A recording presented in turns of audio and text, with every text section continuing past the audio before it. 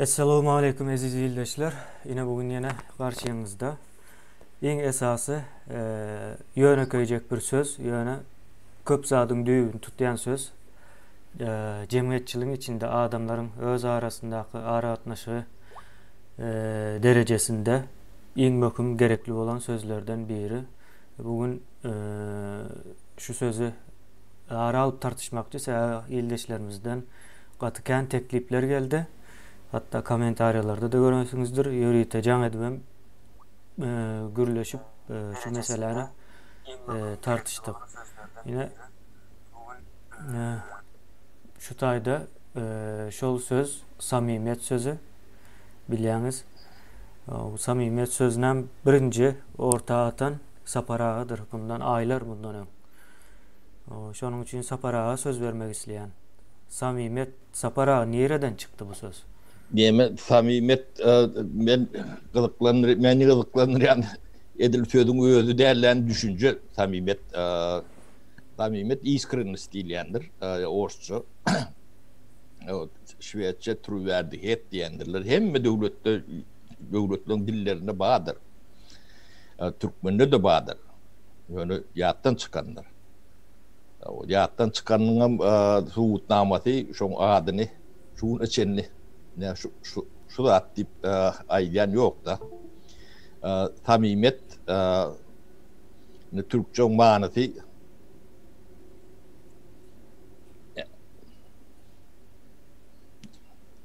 gerçek anamdar o anam demesi kendine samimiyet yok oldu yani iskrenisi yok oldu bradamin diyenle anan bolunok demek oluyor da yani sözü özü bir değil diye düşüncen veriyor da şimdi bu anırsı sepleşik gidiyendir bu yönü özü gidecek bir sözdür sözcüktür yönü düşüncedir ne şu olmasa adamda anam olmaz onu birek anam olmaz sebebi yani sen inanacak adamın samimi değil yani inamdar değil onun sen onu inanan ok özüne döken inamın bulunokta inanları yalak adam tapan ok sebebi şu düşünce bizim cemiyetimizden Türkmen cemiyetinden son 30 yılda yüz veren yeri yok diysen bolyandır. Adamlar anlaşan yok birek değiller. Onun için yerler bağdır yönü telçengdir. Bu anırsında ullokan deme yatır Türkmen'in betbağçılarının esas sebeplerinden şu düşüncen yok olup gitmesindendir. Bu yönü söz yalak olun ilk fülak söz geliyendir, son iyiden düşünce geliyendir. Şu söz yok olsa şu düşünce de yok manasına veriyor da. Ne bizim esası nememiz yani betbağçılığın en ulusu. Şunun için Türkmen ağdı bir olup bilenlerdir, sebebi inanayanlardır. İnanış bilenlerdir. İnanış bilmeden ağdı bir olup bilenlerdir. O ilk fülak şu düşünce emele gelmelidir. Şu düşünce emele gelenine ağzı birliğe geliyendir. Gidecek yeri yoktur. Şimdi Türkmen yüzyıllap ağzı bir değildir. Öyle dillerinde elimde ama ağzı birlik sözü vardır. O hıyallarını da şu vardır. O da doğru da. Yani ne içindir ağzı bir bolup bilen oklar şu nemesine üns verilen nokta. Üns verilmeyen anırtında tamimiyet yoktur. Yani anam yoktur. Birek. Sen bilen dost bolol yanında dostluğu gerçek değildir. Yolloşluğu gerçek değildir. Şu manini veriyor da. Onun bu tesiri katı ululur. İnsanın bağlılığı, yetası bağlılığı on yakı hünerem değildir. Şu anam adamlığıdır. Oryan sen üstünlüğün in agramly bölegi şol ınamadan bolmaňdadyr. O ullokan baýlykdyr. Ya ınamadan bolmak. Teňillikdir. Türkçesi. Ne biz şu formulan üstünne Türkmenistan'ın şu oyunu kurup bilirler. Hiç kim bireklerini yanlardır. Her kim bireklerini korkuyandır. Şu mendeş nemeleri giyin yaylık gidendir. Şimdi başkalar gelirler. Ben karı atam, enem hiç vakt yalan tözlerini oktu deyip bilen Türkmenin tağını ne çeken? Yani ben kakam, ecem hiç vakt yalan tözleyen nedir? Deyip ödüğüm şoňa inanıp bilen başkalan tağını ne çedir? Yani ben doğunum bana hiç vakt yalan tözleyen nedir? Deyip yön tözlerini aydıp bilersin, onu ödüğüm şoňa inanyanın şol orýalak näçe başkaly var. Türkmen jemgyýetiniň içinde. Telçengdir. Ne bu milletin betbagçylygydyr.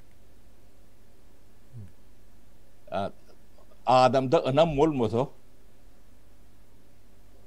iş edenne ödüne ınam bolmayan adamın işin başını tutması gatı kıyındır. Mümkünüm değildir. Ulu işlere tembol. Türkmen'e maksus değil bu kere neme duygu diyersin o maksustur. Anırdan has maksus var millet. Evet, bugünkü millet derler. Dünyada imperiyalar kurun millet. O samimiyetim vardır. İyiliklerim vardır.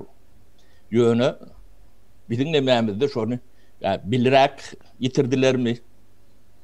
Yürüyüt ettiler mi? Kâte şu sözü düşünceni yok etsin öyle yitip gidiyor da. Ne bizim ulu başka da kendi rolünü esası demelerinde küçücük söz yalak rolünü bu sözün manası. Onun iznaki, onun beriyen demesi katulu da attır. Yani şu da atlara düşünem son, dem için şu kâkele otur kaytalyat iyiliğine sonra uğrayalar neme diyorlar. Yani şu da düşünem son, biz belan neyden eleyendi, probleman neyden çıkyandı, düşünüp başlar. Yani bu probleman hem mecenin çözümü değildir. Yani bu da bir yerdir.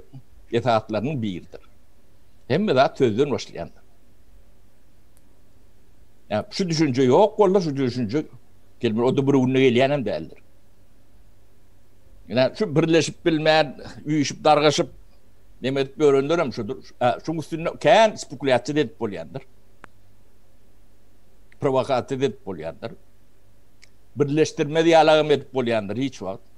Öz aralığına kırılışıp börünüm edip bolyandır. Tebe ondan çıp bolun nokta. Sözüm söz değil. Gepin gep değil. Sana bir il bağlap bilen adam yok. Sen birine bir il bağlap bilen yok. Bir adamım hiç de dedin yok. Edven bilen yok. Onu satsal yaşamına da tesir ediyendir. Bu son zincir olup gidiyendir.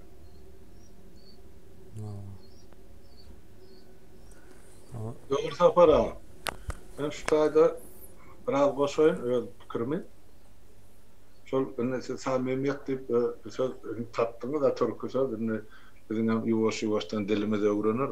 Şol sözler krediyen halkımızın şu zatları uygulaşıp şu söz olduğunu başlarda günlük durmuşundan. Yönü hakikatten sözün yok yerine düşünce de yetiyen niye düşüncenin bolmazlığı katı mümkün de.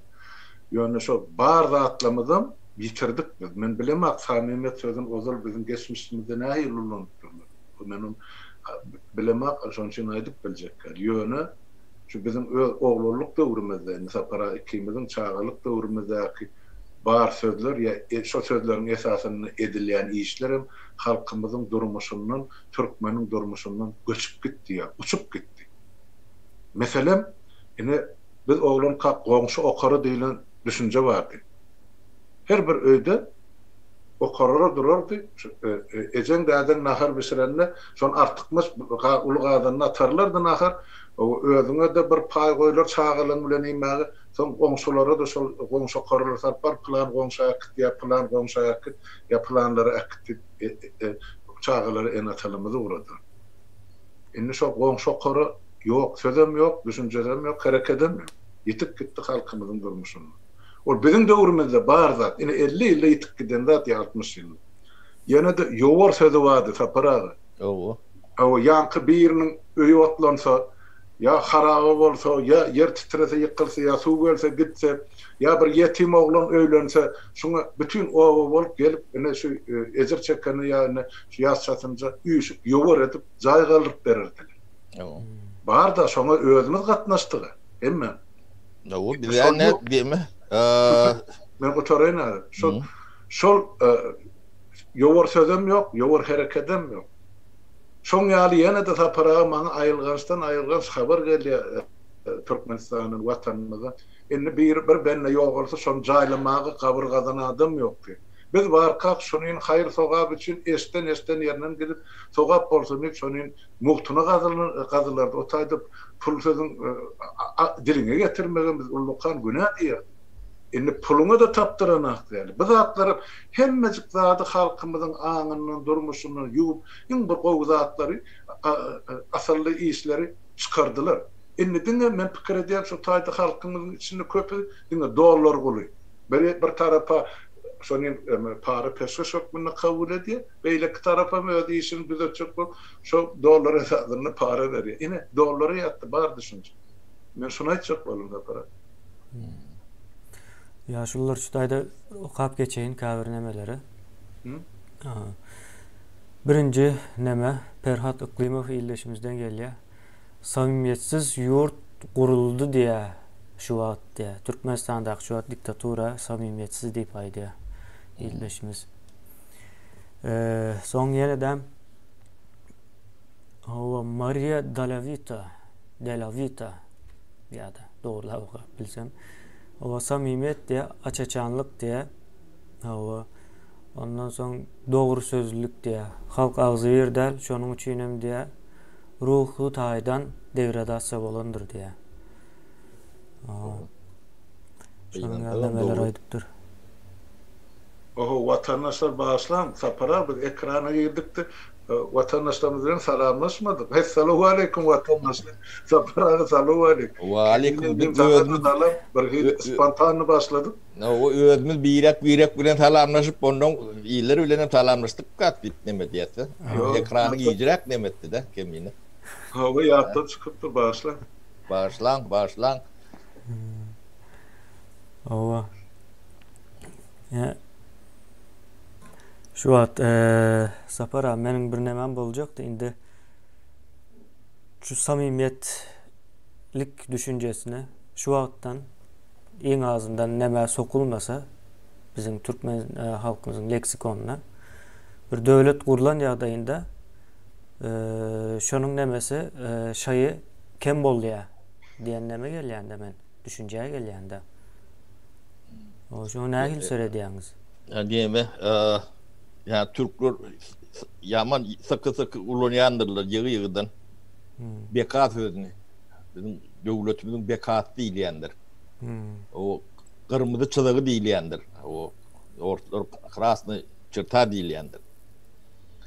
O ne samimiyetsiz neme bekaty döwlet. Bekat diýilen demede bekarlykdan gelýändir. Yani namusdan arda namusdan gelýändir. Düşünje demedi. Ne bizim nememiz yani üstünde eksperiment geçirilen ýalak bir ýagdaý boldy da. Ne adamlarda görürler ýalak adam ortağa çıktı. Çıkardılar. Adam niyetil yetişende görüllü diýilen bir ýagdaý var da. Almy dille adını ayt. Meme kemine satılır yok. Yemede vardır. Kaysısı sapara. Görüllü almalı adamlar. Ha. Avtoritet. Neme prototip. Ne prototipim değil. Yok. Prototipim bolunok. Neme olmalı. Bir zat model de. Etalon. Yok. Etalonum değerlendi. Görüllü alınıyor da. Görüllü ulu demede terbiyede ulu demedir. Cemiyette de görüllü alınan adamlar vardır. Cemiyet şuna göre neme diyendir. Şu prototip deyip biliriz aslında sapara. Yok. Prototip o bir adamın prototipi olup biliyor. Yok, her gürleşemizde de gürle ayda oturduk. Ova bir zat model de. O ne model şu görüllü modelle. Ne modelliyle şu. Ha siz devam edin birden aklımıza gelipler. Ne bizim görüllü alyan adamımız değerli oldu son 30 yılda 2 tane adam. Ne şolur Huday. Huday'ın yani yerdeki vakili. No televizyonda, radyoda ne seyrederiyalak demeler vardı. Ne yoğun artistler, şahirler. Ne görüllü şolordan almalılar. Başka yankı vaat yok da. Ana plan avrayla adamı kendi bir yankı bir görüllü alarak adam çıkarılmadı da. O da yatak. Yani kadagan. Cinayet yalakta hatta. Bir avraylı neme adamın 30 yılın nekroloğu çıkan yerim yok diyden yanlış varsın. Şimdi görüllüğünü yani şu ikhlanak şağallan almalılar. Biz irara yani unitada uğurlap görür. Öyle de bir törüp görün neme şağalığını yaşamadık neme beylektim şunlarla. Yine cemiyetimiz şuları uğurlu da. O nusko görüllü alınyan nemelerim ne şağal ekrandan, televizyondan bunun öneme tuttu. 30 yıl şunun alak olundan bu cemiyet ne ile korun? Degradatı değil yani adam büyüğü şotaydı yatır. Bunu bilerek edildi. Bu topur adamım şuna tomuşası oldu halk. Düşünen kendidir elbette. Onu ikimiz biz düşünelim de o. Yüzlerce adam düşünen. Yani tezini çıkaran o tomuşa diye. Ne? Nem yetecek derecede de yetti. Bunun ağırda neme yok da.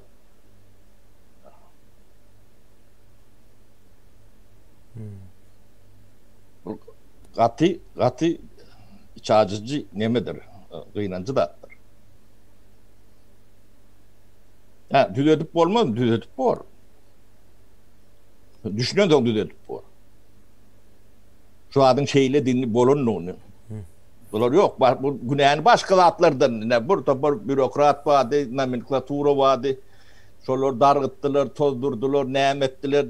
Yok. Hakikat başka zat. Pavel Medved ildeşimiz yazıyor. Sapara rol model diye. Yani rol model ana. Ayda oturduk o özümde.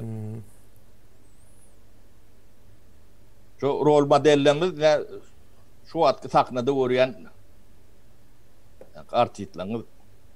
Onun şu tigri sürüp görün, ölse pis sürüp görün. O at çaparınız. Ya mümkün.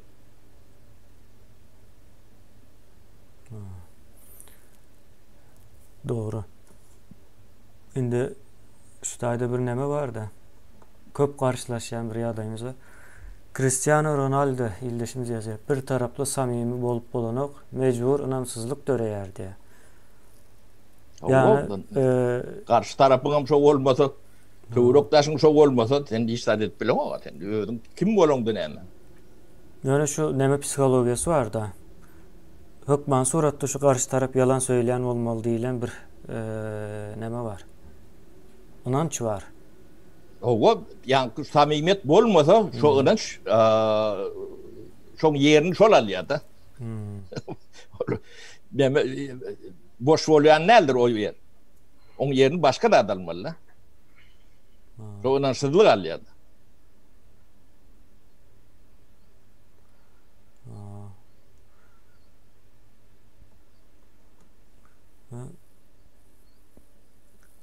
Almurada O, bu samimiyet nemede bolup bilenmi? Parlamentde. elbette. Elbette bolup bilýär. Şu samimiýetli adamlar bilen hem işleşdim emmi. Şoň üçin 4-5 bolsa da sanymyz birek anam bilen birek gollaw daýanç bilen şeýdip arkalaşyp işleşdik. O bolmasa ýek adam parlamentde de edibiljek iş ýok. Ýöne şol köpçülik formatyna eýe bolmansa o taýda bir wyjdansyz adamlaryň köpüsi ýygnanan 170 deputatyň şol esasy gatlary şol kompartiýan ýolbaşçy işgärleri bolansoň olar özüm eýelep oturan wezipesine laýyklykda olar da ýam şol ýan gaýdylşýarly iskirnist ýokda samimi. O gelen olardan sen oňa şoňa näçe diýsen olun gola ýanyň barjak düşünje däl. Ondan şol ýerlerden gelen şol kalhozda savhozda işläp beren adamlar halkyň ýagdaýyny bilýän adamlar sussuny şol köpçülik bolup basyp sakladylar. Ýoksa şu öz ornuny tapyp bilerdi. Geçen parlamentde de men döwrümdäki soňkulara hiç bol. O ýöne gelecekde de şol wyzdarly pek gowul adamlar parlamente gelse şu düşünje esasy orny eýeler diýen meni ullukan umyt bar. We arzu bar. Bolmalsa şol başgaça bolanyny biz nädip umumy halka bähbitli döwleti gurup biler. Bolup bilmez. Ama ýene de diktatura gelir. Bir topar beýlek topar Allah ýaşajak bolsa. Taparaha dogry o odan söz bilen adamlaryň gulagyny hany iki diktator ýaşama hyzmat edýärler doýurup geldi. Entäň taparaha şahir diýip aýtdyr. O şoçy o şahiram diýerler. Tam hakimete ýaraýjak sözleri kopýalaşdyryp ene halkyň gulagyna goýdular. Halka mana şu ýerdeýdi. Onun üçin ullukan umyt bar mende. Şu halk ýuwaş-ýuwaşdan şu kalbyndan şol ikirjinglenmäni bir ynamsızlygy çykaryp başlasa, ondan şonuň ornuny ýanky şol samimiýet girse, ýene şonu bizim durmuşymyz düzer.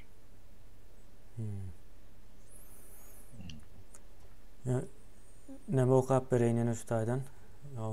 Maria de la Vita samimiyet diye öz başına bir ruhi hildir diye, yani kaçısıdır diye. O şoň yetmek üçin hem ruh tarapyndan ösmeli diye. Ruhu taýdan ösmeli diye. Doğru. Gaty dogrydy. Aslında şu ya hiç kimin aklına gelmez de şu bir söz bilen bir ýurdun ya da bir milletin, halkın nemesine ykbalyny üýtgedip boljagy ya da şonu elinden alıp şonu iň bir erwet erwetlik edip bilmek de iň ýokary derejede erwet deýin men buňa. Yani elinden hemme zat alýan, geleceğini alýan o neme Yemet kemine 90 ýyllar 91 85 89 şol ýyllar biziň halkymy gaty taýdy. Gaty taýdy. Öýdüm ýyda teret demedi. Gaty taýdyk. Şuň baňa nemeden bir ýigit jaň etdi. Türkmen Tahra'dan, Iranyň Türkmen Tahra'ndan. Onu biziň demämizi dinleýän eken. Peredaçylarymyzy tutturman, şu samimiyet barada urun etdik. Men de ýardyma düşýärdi. 91-nji ýyllarda ýanky giden Türkmen delegasiýasy bolup Türkmen Tahra gitdiler de. Ýadyma düşýändir, telewizorda da atda görkezlendirler. Men gitdim şu taýda 91-nji ýylyň maýynda. O kän deme olaryň büýüşüp garşyladylar, nemetdiler. Doğumuna gatnaşyk başlady. Şu wagt diýen men ýadyma düşýär diýdi. Siz diýä gaty sadydyňyz diýdi. Onuň biziň demelerimiz diýä, işe urrak adamlarymyz diýä gidip diýä sähel neme bilen halaw nemeler ýollar bilen hem diýä kazanca bilýärdiler, Allah bilýärdiler diye de gaty yeňildi. Şu wagtda hemme tersine uruldy diye. O diýildi, näde urul bilem ok diye. İnni kim allýa. O men dedim yaz dedim demede komentarda yazdı. O men aydyp bereýin olun dedim ben. Şu wagtlar hakykatdan gaty taada kenikde. O bir de näde bağlayan neme bolto Allah bolýan eken. Ýa toýlu kelte. Ýa-ni onam aýtdy, toýlu kelte.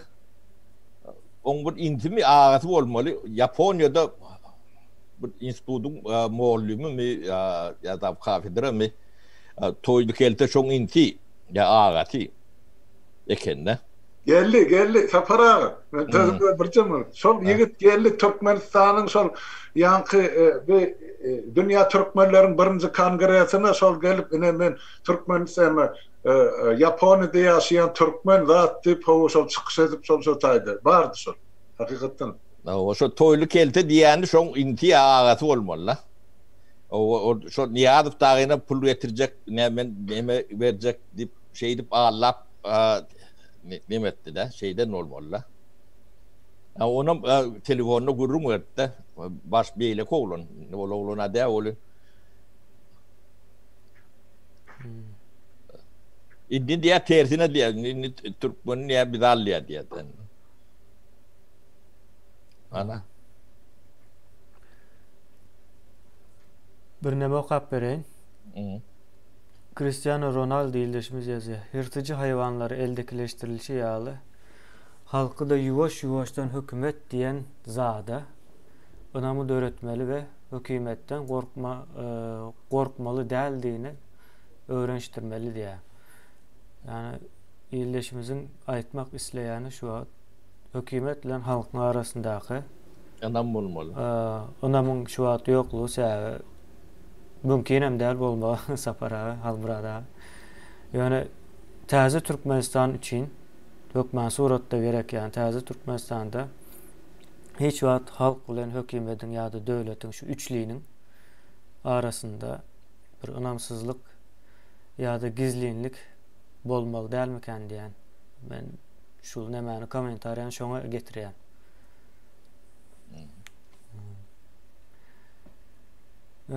Başka neme var mı Halmurada tarihten? Ya da mesela şu yaşayan yurdumuzda samimiyet. Bizim yurdumuzda. Yaşayan yurdumuzdan.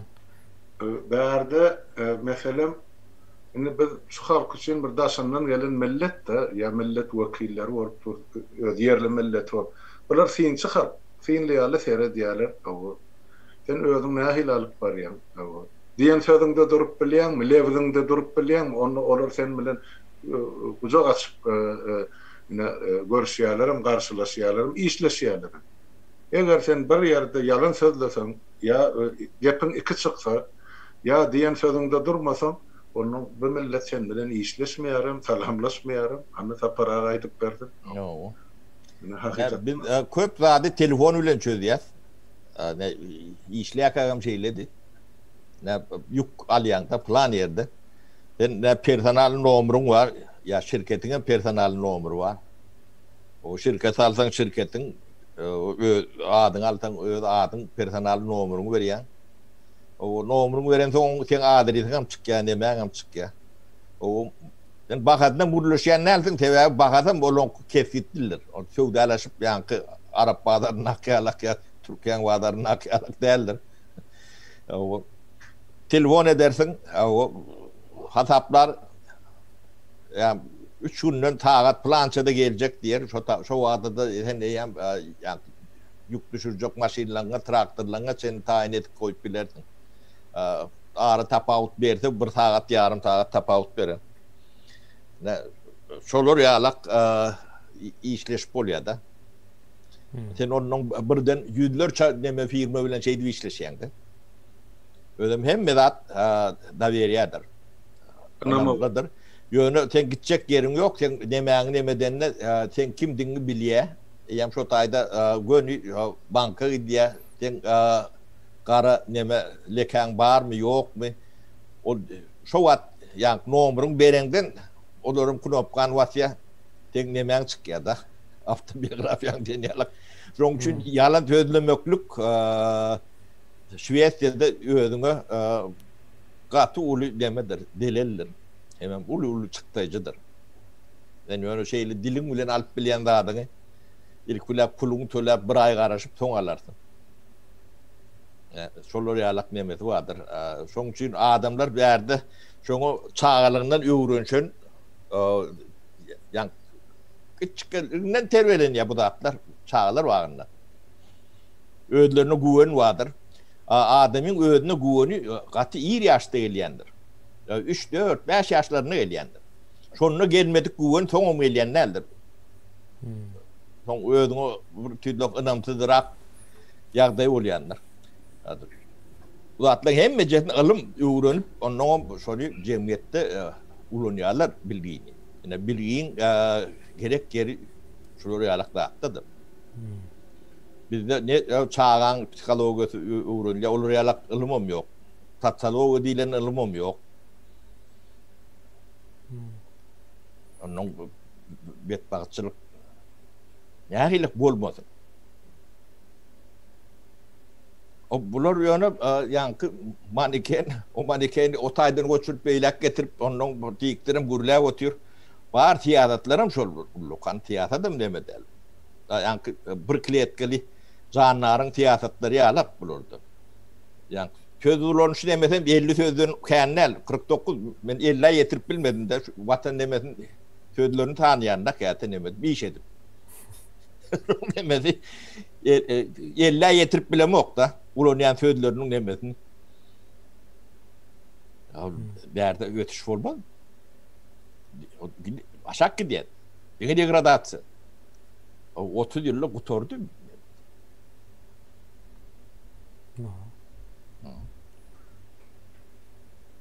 Doğru sapar. Şu taýda bir komentariýa var, şonu okap ve şonu yazan näme bir soramak isleýän-de. Samimiyet gerek ýöne profesional görnüşde gerek diýipdir. Pavel Medved ýyldaşymyz profesional görnüşde diýende näme manyda soradyňyz? Şonu has giňişleýin ýazyp biler misiniz? Ýa menem profesional manyda da gerek. Profesional manyda da gerek. Beýle manyda da gerek. Senden misal üçin soraýarlar, sen şu işi edip bilýän. Benim howa diýersin. Taňa da iş berseler, senem onu edip bilmesen.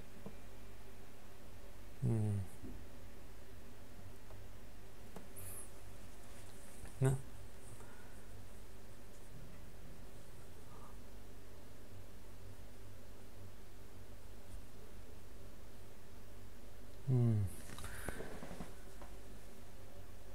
Entek yazmadı. Var. Onda deme de geçenem ayıp geçipdim. İktisadiyette de şu samimiyeti başkaça görkezýärler. Yani adına ayıttım Nash, John Nash deyip Nash equilibrium var. Nash den avramlığı değil yani. Şu taýda da ınam bilen yani karşılıklı ınam bilen hareket edýärler.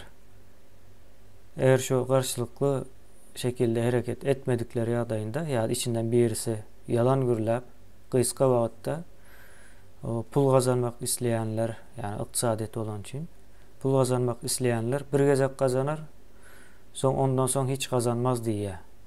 Ady çykýar da bir gezekden soň. Şu taýda uzun wagtda, yani ynamy dowamly alyp barmak barada da aýdyp geçýär şonu. Ynam bolmasa bir bolanok, olam dowamly bolmaly diýip aýdýar.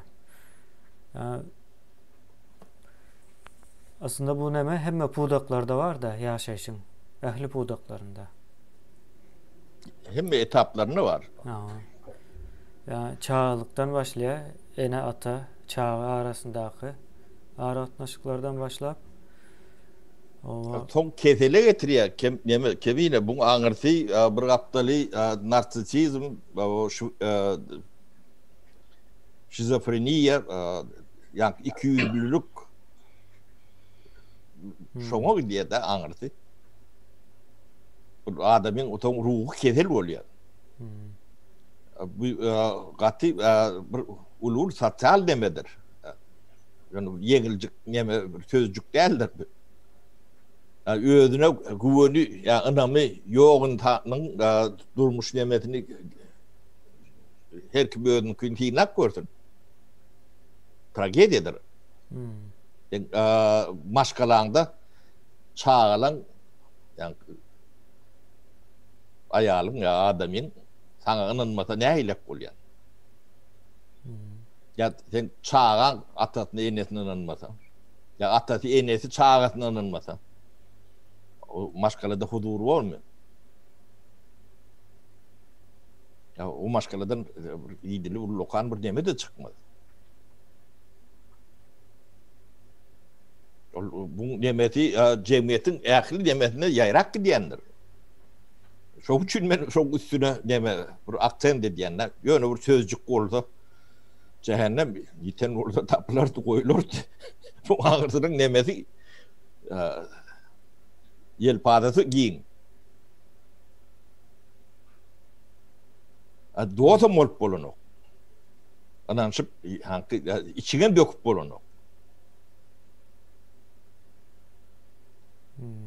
O kâkâr hünerler yok diyen olun yani köz adattın karşısına diyer. O sana ananıp olmayan olsa sana ne edip yani interview verip oluyor.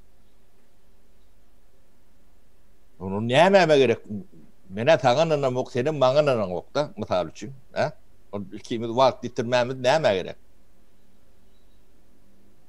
Her kim yoluna gider. Ne bizim cemiyetimizde, nememizde şu zatları yani tütlük neme alan okur da gürleşenlerini, gepleşenlerini de lokan da attıra. Sen hiç inanmayan adamın gülen yani gürleşekti nemi gürleşmekti nemi.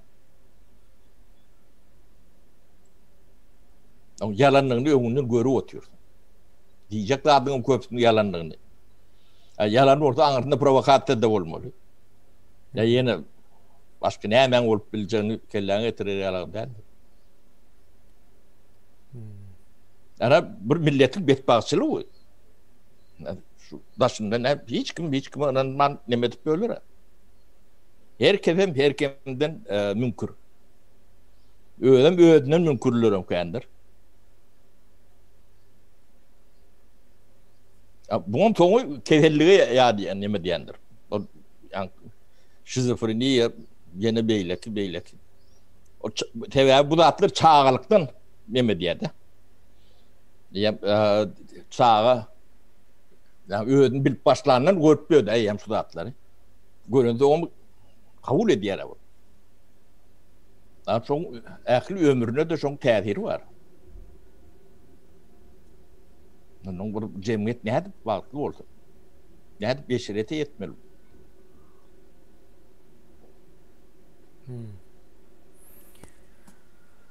O yankı Paul medet ildeşimiz cevabını veriyor. Her bir zat dokumentalne yazılı hukuk, kanun, düzgün regulasyon boyunca işlemeli. Samimiyet bilen profesyonalizm bile bolsa hem zat yeter diye. Hem zada yeter diye. O yok kanunum var hem yerde de var yönü yankı benden biri interview alacak olunu hemen kanunu kimden protokol burada da gol çekişip demetmen yani şeyle demetmen bir yer ya da bir cemiyette bir yani uyuşup burada gürleşen fikir gürleşen o gürleşen adamların bire hiç kime inanmayan olsa sen ne fikrin aydıp bilirsin ne de o aydanın nemesine inanıp bilirsin. Yani Türk'ün cemiyeti şu prosesi yaşatmıyor da. No.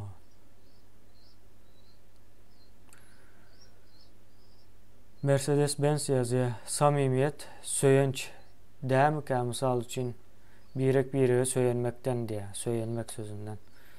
Benim pikrimçe hiç däl ýakyndan geçen ok kendi. Yok. O da. Ha. Ýaly. Onun bir gerekli düşünce direk beýre söýenişmegem o Türkmenin bir kadymdan gelýän sözi bar. Söýenişen ýykylmaz ýa-da beýrege beýil baglamak, arka durmak, söýenişmek ol bir gaty uly bolup biläjek adamyň insanyň häsiýetleriniň biri. Olam bir ynamyň bir görnüşi. Hanmurad aslında sen nädip kukurama goýup göreşik ýa-da düşmanyň bilen. Hanmurad aslında şu dernek sözü var ya, şoňa ýakynrak. O bir-birine söýenmek manysyny berýär.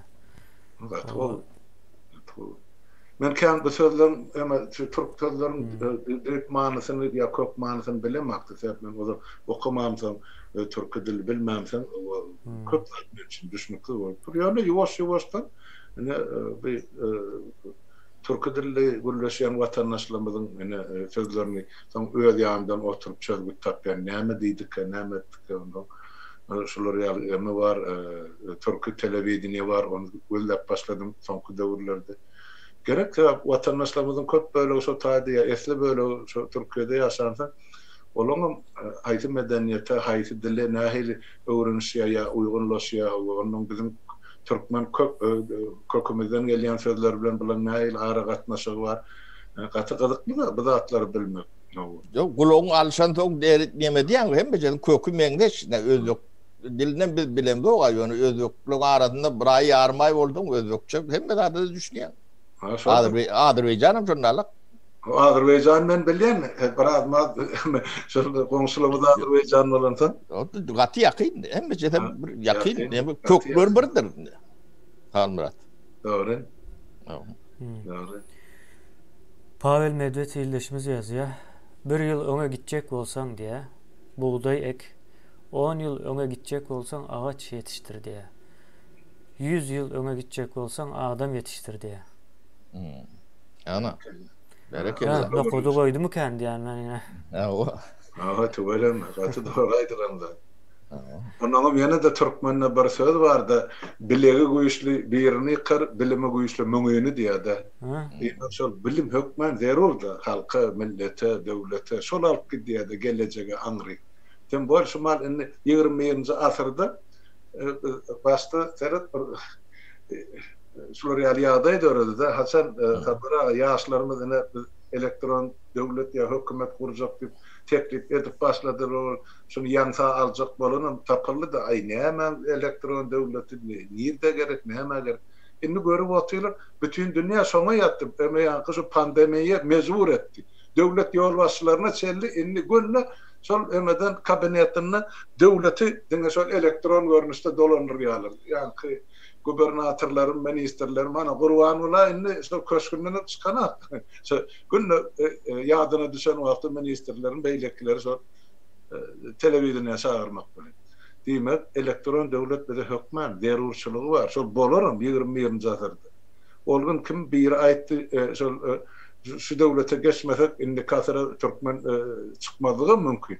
Eger biz şol elektron görnüşe geçmesek, dolandyrışa geçmesek, şonu ornaşdyrmasak halkdy. Şoňa ýeterli kadr ýetişdirmesek kadra nerden indi dogan çağalardan ýa şumal mektep okuwçylarynyň bir zatlar ulu kadrlary ýetişdiremesek, öňkü kadrlar köpüse ýurdun içinde bilimsiz, ilymsiz galan watandaşlaryň, ýaşlaryň köpüse. Yine de bir zat kelläň nemesen pikirleri gelýär-de. Şu samimiyet ortadan ayrılan soň oň ýerini bir zat doldurmaly. Näme doldurýar? Oň ýerini ýalan doldurýar.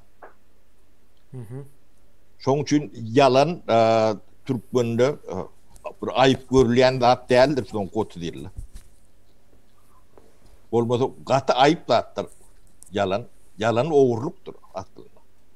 Yalan sözleme bilen ya birinin jüýtüne girip bir zat owurlama ya da ýollu garakçylyk edip owurluk ýalak ikisinin deň nemesi vardır.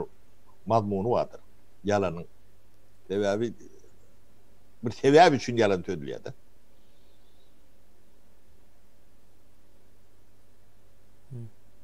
Ne samimiyetten başlap bir elek geldik. Yalanım 30 yıl duruşuna yalan. Duruşu bilen yönü adamlığı yalan da. Yönü 30 yıl kastüm içindeki yönü yalan. Ödüm hiç tadına inanmayanlığını yani yalan söyleyenem bilye, son dinleyenem bilye de. Bu türlü aralıkta da o neme var da. Şolar yalan takna var da, yalan takna. Yani yalanın ya, ay yanım yalandan. Bir anlaşıp şey, botu diyor. Ola doğru sapara. Hatta doğanların aslamında da zannediyordu. Hudaya şükür durmuşumuz var diye. O yanım sözler koydu. Öden biliyor, benim biliyor. Ama şu yalan. Hiç olmayan iki doğanın arasında. Yani şunu ne dileydi? Ne bileyim düşen günümü? Halk bol. O başa bir etti diyeyim de özümü dedi o tirşadı. Öz masala. Doğru. Doğru. Hakikaten. Açaçan yalan söyleyesi yani. Evet, milletimin tragediyası. VIP illeşimiz yazıyor. Samimiyet benim fikrimce lebzi halallık diye. Lebzi halallık o mazmununu beriye. Yani onu kendi ulanıp görüyorum dokta. O Türkmenin o sinonimleri ken. Kanlığa adam diyer. Lebzi arasında da diyer. Lebzi halalım diyer. O ken. Yani o düşünce de aslında Türkmen'de var. Yönü yok ettiler. Ödüm berkti. Ne bizim dövrümüzde, Sovet dövründe ne Türkmenistan'ın partaçıları vardır. Esas nemesi. Yani daşarı nemeler bile işleşen ehli Sovet Soyuzu'nun içindeki partaçılardan Türkmen partaçıları ütköşük geliyendir. Önemliler. Çok önemli demediyendirler. Telefon bilen münglap tonunu partada gider, pulom gelir, pul ilemizde pulom verirler, şol oryalık dememiz vardı. Avrayımız vardı şol oryalık.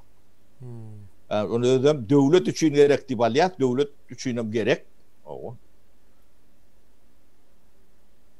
Sapar abi, bidatlara düşünmeyen bir topar jurnalistler var, onları beni mafya dip düşündürüyorlar da halkı. Şol oryalık önemi, bağırlığını. Sen näçe de gaýtdyň, men näçe mysal getirdim. Diňe sözümizde ynanyp harit gelýärdi Türkmenistanda. Ya ýurdun içinde ýerler. Sözüme puluňa da ýokdurum şo pul. Ýöne saňa ynanýaly bir aýdan ýydyna gaýtarjaňy. Ya aýdan nökledimdi. Sözü ynanylýan döwürde ýaşadyk. Şo taýda halk bilen işler. Şo ýerde halka çörek berdi. Vatandaş şo taýda ynanma bolmasa kimsen gapyňy açyp ýasaňa harit berjek. Ol Kalmurat Gehdat adamlar şu hem meclada özünü tutuyorlar da. Yani burada oğurla bay olmalı. Diyen bir düşünce var da. Yönü bir levzi için, işinin gereği için ben bir iş edilendiler. Yok ben bir oğurla bay olmak için edilen neler? Yani Tanrı halkası için, yani vatanın için edilen zatlar var. Ben yaş oğlum ben 86 yıl 86-87 yıl Moskva'da ne yani yarmarka var ähli deme Soyuzun yarmarka şu yarmarkanı orgun saklap şu bakadyny ütgötmeseňiz satjak gel parti berem yok dip onun boykot ettik. Ödüm dakadat ettik. Ödüm şonu kazanan nememiz bir yıllakı neme plan dolmata yönü şeyle plan oyuncu 250 milyon rubl plan olsa ol 300 milyon geçip gidiyordu. 300 milyonunu. Gotagara Pro'nun pribili yani planı girdecisi 49 milyon.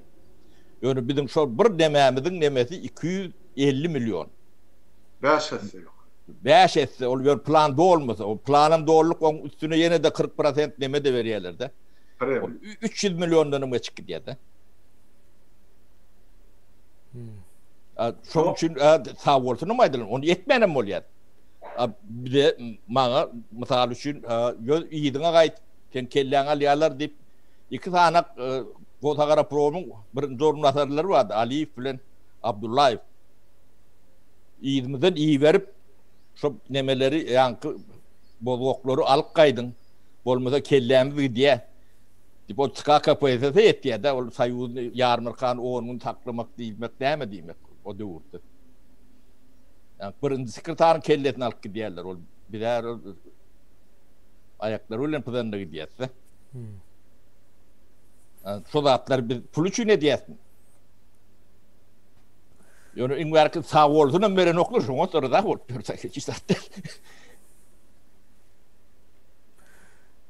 Cristiano Ronaldo ilişimiz yazıyor. Ya şulları yeniden bir zat Türkmenlerde yitti. O da mertebe diye. Mertebesi yok adamlarda diye. Adamların samimiyet giden de hem de adam gidiyor ol. Mertebe de kalın ok işte adam kalın ok. Birden ne mani alıyor yani. Ondan sonra yankı vatandaşımın adı kim deydin? Ronaldo mı? Son soru var. Cristiano Ronaldo. O yema Ronaldo vatandaşım hakikaten o sözün manası yetip gitti halkımızın anına. Ondan şu sözün manasını çoğur düşünen bir şahirimiz vardı. Olsun mahalline merhum Şirarı Nur Murad. Son şu 99. yılda olsa gerek Şveçya'da bir guruma şarlı halkımıza kömek için yardım kömek kuruması dedi. Siyasi parti değil mi? Cemiyet Türkmen cemiyetini Şveçya'da açar. Şonun üstüne Türkmen cemiyeti medeniyetini de adını şu millete ayağın aşar etmek için. Ondan sonra Kur'an adını neyme dakılayıp maslahat edemizdi. Sonra şahir şiirlerle etti. Bizim deydi halkımızın anından yitip gidip barayan bir düşünce var olan mertebe değil. Kelleydi Kur'an adını mertebe koyulayım diye. Son ses ver mertebe daktık. Mertebe Türkmençe, Rusça dostoinstvo i Şveçya'da verdik et. Onu sonra bir nesilden sonra kuruma yapıldı. Son adını, son hormatını men son ilkinci açan video kanalım var YouTube'da. Son mertebe dostoinstvo verdik et. Son ilk açılan kuruma devamatı hükmünde son söz halkımızın kulağına anına kalsın deyip edildi. Yani elbette yavaştan bu kımmetlikleri da biz dolanıp gelmeli. Sağ ol son yatladığının için Ronaldo tarih arkasın.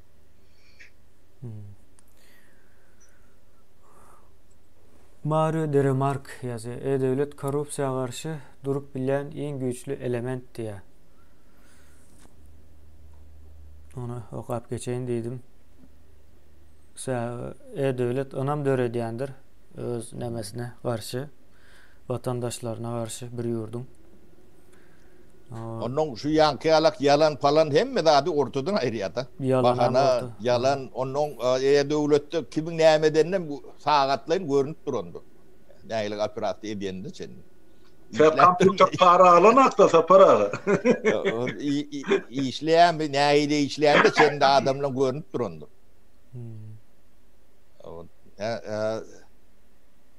Kovda attır o.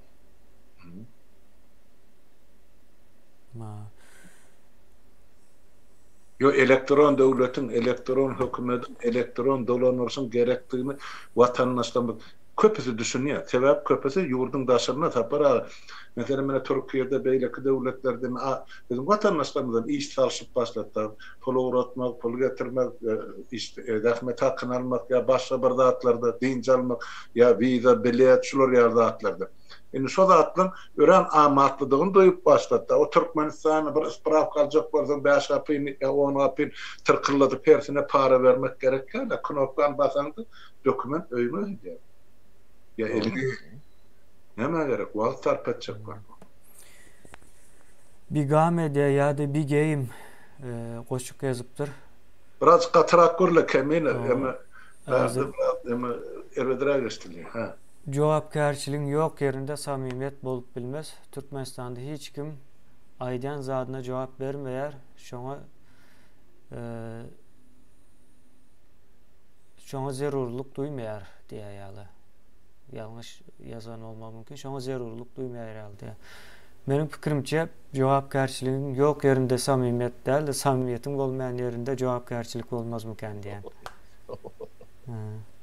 Şu iki sözün yerini ütkötmeli hökmen suratda. Yankı deme ne birdat bada bir tarihimde tere demelidir. Bu da atlan ne elektiğini. Şu wagt internetim yok. Yazıp pozum yok. Yani onun yaştanak imperiya kurulur. Ödüm eğer yankı teritoriyası o insanın müsreçeni.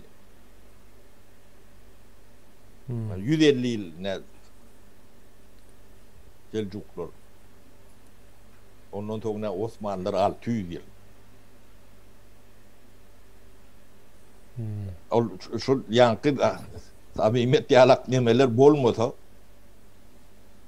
bu devletler kurulmadı.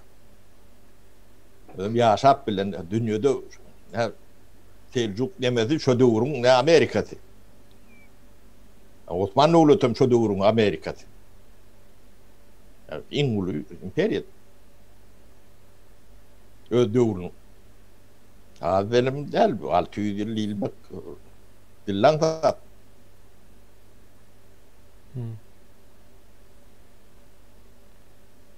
Yani bizimkiler ne kumda yani ata minip bilmeyen alanlar mı ne mi bilmedim şoları alarak kalıptırlar kırada.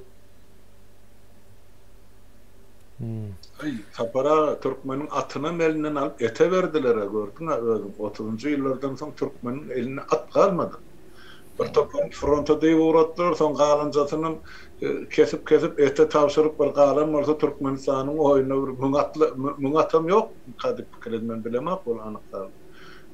Elinden atı bilen kılıcı beş atar alınandan sonra Türkmenim onun ne mi? Yuvaş-yuvaştan tavuk keteri saldı. Yine şey deyip düşündüm. Yoksa bağır da ata çıkıp verenerlemizim, atalamızım ben. Oğlum kalk görürdük, kuvunurduk, bedenerdik. İki yaka atlığını gördük. Sonuçta atları da bizim çağılamız var borla, görmeye de at yok.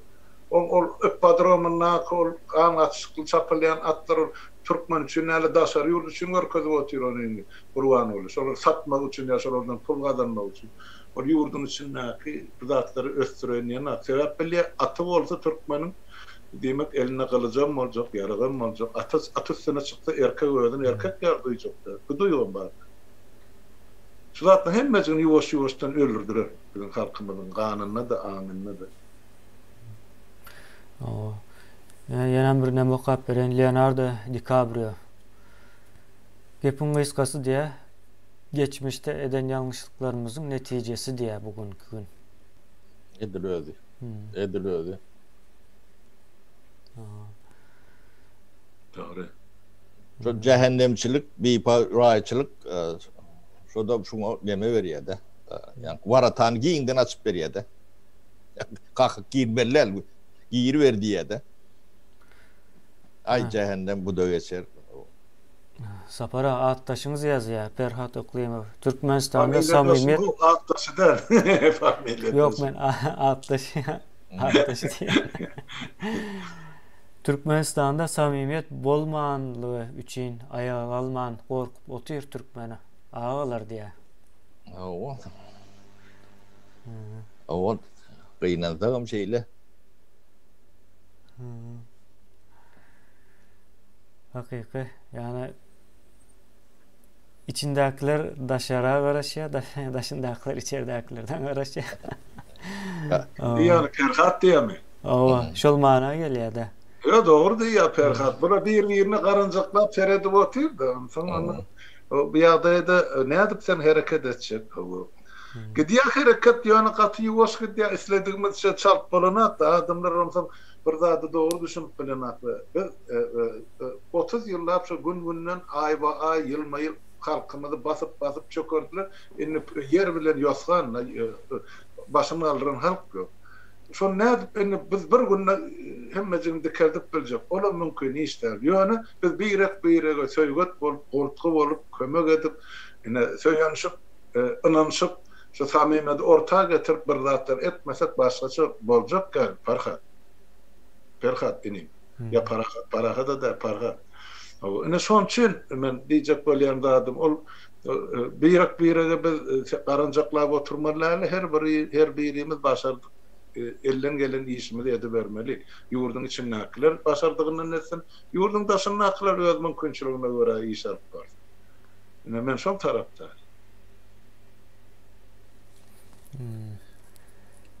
Kemine sorulun wa bolsa ber, biz jogap bereli. Bolmasa da göwer bizi.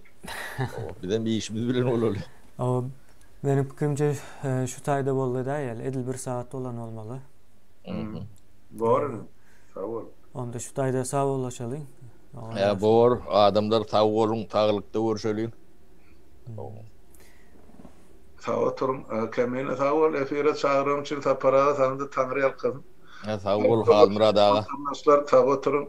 Hemen Bolar aziz ýoldaşlar, indiki efirde görüşýänçek nesip bolsa, yani bu meselelerin hemmesi täze Türkmenistanyň düýbüni tutmak üçindir.